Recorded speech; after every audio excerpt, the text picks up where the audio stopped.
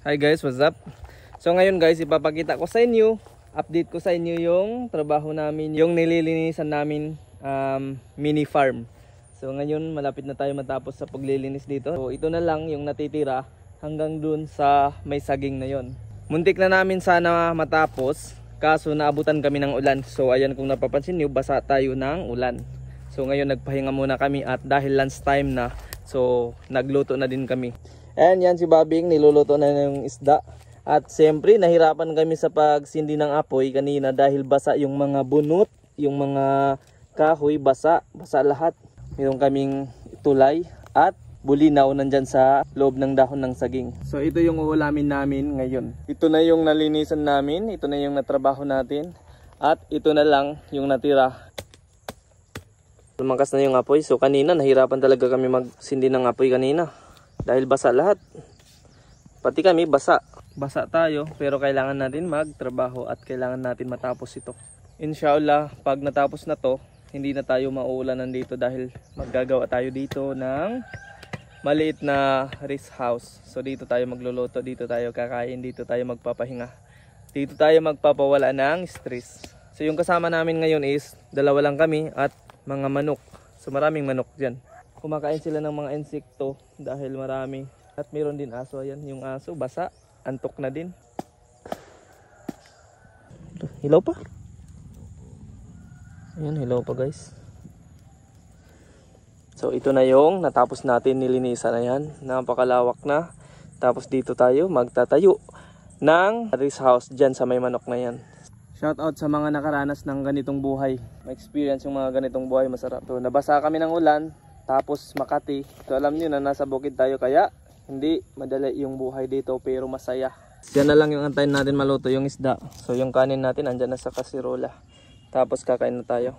Dalawa lang kaming kakain dito. So yung ulam namin marami, daming isda. Parang natatagalan kami sa pagluluto ng isda kasi yung tapahan namin or yung griller namin is mataas, masyadong mataas. So kailangan ibaba natin ng konti. Ayan.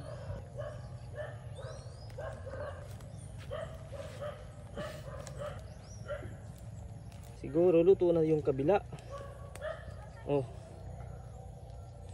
Luto na yung kabila. So kabila na lang. Tingnan natin yung sa dahon kung luto na. Ayan. Ay, init. Medyo hilaw pa yan. Kailangan pa ng kunting oras.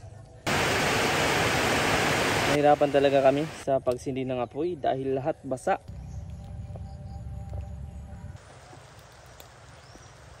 Hindi na.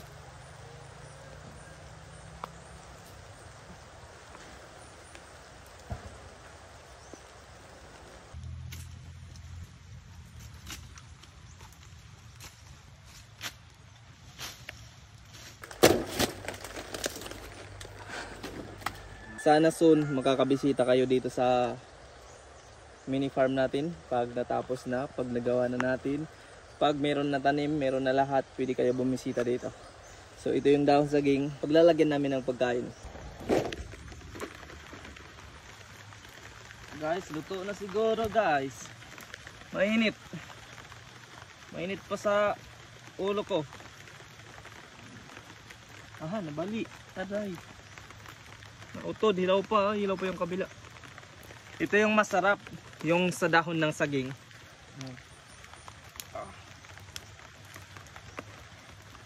Sarap.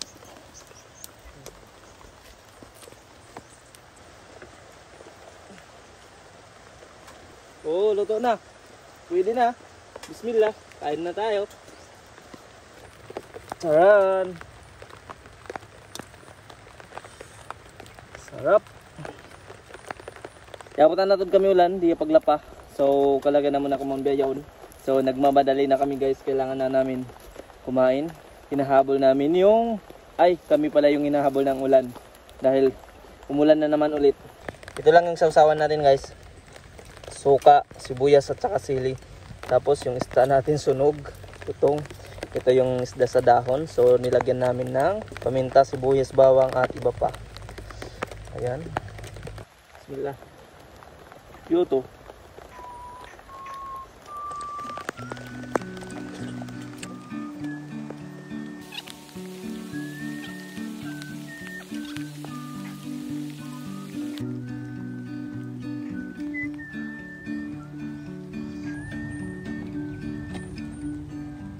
At ngayon guys, pauwi na kami sa bahay.